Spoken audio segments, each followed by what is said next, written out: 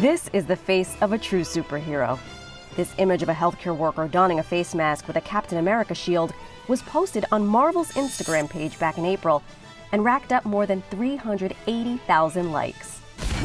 The artist behind the original drawing? I Am Captain America piece that I did. Joe Quesada, the executive vice president and creative director at Marvel Entertainment. Joe says the image, which he named Florence, was inspired by a series of covers Marvel did years ago called I Am Captain America. And the idea behind the covers was to show everyday people, everyday Americans, and show how they are heroes in everyday life. The piece that I did was a piece that was a close-up of a firefighter. That piece came up on my Facebook feed. Somebody just put it back up there. And I started thinking about the healthcare workers, and I just started drawing. The response to the finished product was so great, he decided to auction off his base drawing of the image to raise money for 2 charities. So half the proceeds are going to NYU Langone, obviously to the healthcare workers.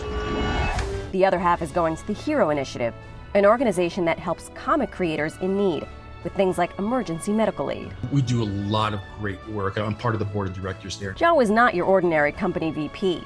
He started out as an artist and writer before becoming Marvel's editor-in-chief in 2000. He held it for 10 years while helping Marvel rise from the ashes of bankruptcy. Hey everybody.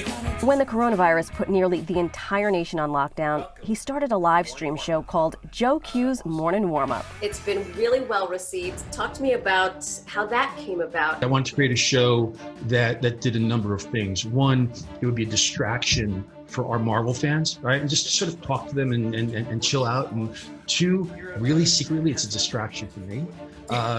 Keep me a little bit sane. His guests include comic book writers and artists. So I was like, why not just taste it all and do everything? We did talk about the scenes a little bit. As well as actors and novelists. You will never learn how to write or draw until you log and clock the hours. People all across the creative spectrum. The roads may be different because they're different disciplines, but the desire, the tenacity, the ability to accept rejection, all that stuff is universal with all of these people that I talk to. Do you have any future projects together in the works? We kind of do. A big part of Morning Warm-Up is the interaction with fans, a tradition that started years ago with a column called Cup of Joe. It is up to you guys to get up to the microphones and ask whatever you want. Which morphed into live panels at Comic-Cons. That fan connection was something Joe picked up from Marvel icon Stan Lee, reading the Stan soapbox columns in the comics he collected as a kid. And he had that way of reaching out and talking to us as readers. Your desire and your ability to be accessible. Yes, it stems from Stan Lee. Oh, there's no question about it. Like his idol, Stan Lee, Joe's origin story started right here in New York. You are a Queens native. Yes? Jackson Heights. Let's go Jackson Mets. Heights in the house. My dad was part of the construction crew that built Shea Stadium.